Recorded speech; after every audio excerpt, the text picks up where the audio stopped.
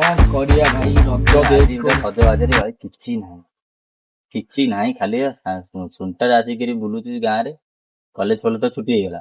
ଆମେ ଭାବିଲୁ ରଜ ଫଜରେ କଣଟା ହେଇନି। ରାହୁଲ କୁଆଡେ ବେ? କୋଉଠି ଥିଲୁ ତୁ? ଆରେ ଘର ଥିଲେ କଣ ଆଜି ପାନ ଫାନ ଅଛି ଦଉନୁ ଥାଏ? ପାନ ବାଳ ଅଛି ରଜ ବୋଲି ଆଜି କିଏ ଜାଣିଛି କହନି। ହଁ ଆଗେ କିନ୍ତୁ ଯୋଉଟା ରଜ ଥିଲା କଣ ଆଜି ଏବେ ଆଉ କି ରଜ କହନ୍ତି ଟିକେ ନା ଏବେ ଆଉ ରଜ ଫଜ ଦୋଳି ଭଳିଆ କୋଉଠି ନାଗିଛି କୋଉଠି ଦେଖିଛୁ ଗାଁରେ।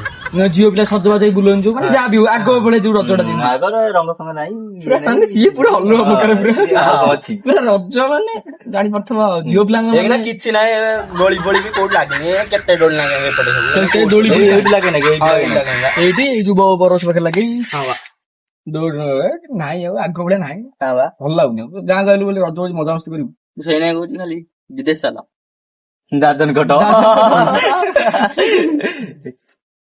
ଗାଈ ମାନେ ଦେଖୁନୁ ରଜ କରୁଛନ୍ତି ତାଙ୍କର ଭଲରେ ତାଙ୍କର ପ୍ୟାର ଚାଲିଛି ମତଲବ ଲାଗିଲା ଅଲଗା ଓରା ଆରେ ଯୋଉ ଗୁଲୁଆ ଇଏ ତ ଗୁଲୁଆ ଭାଇ ତ ଗୁଲୁଆ ଜଣଙ୍କୁ ଭଲ ପାଉଛନ୍ତି କିଏ ବି ତା ନା ପୂଜା ପୂଜା ସେଇ ବୁଝିପାରିଲି କାହାକୁ ସେଇ ଯୋଉ ଅଣ୍ଡିଟା ତ ସେଇ ସେ କାଲି ଆସିବ କହୁଛି ସଜ ହେଇକି କାଲି ଆସିବ ହଁ ଆଜି ସଜବାଜ ଆଜି ନା ଆଜି ଆଜି ଆସିବ ହଁ ଆଜି ଆସିବ କହୁଥିଲା ଗୁଲୁଆ କଲ୍ ଟିକେ କନି କଲ୍ କରୁନି ସେ ଆସିବ ଦେଖିବି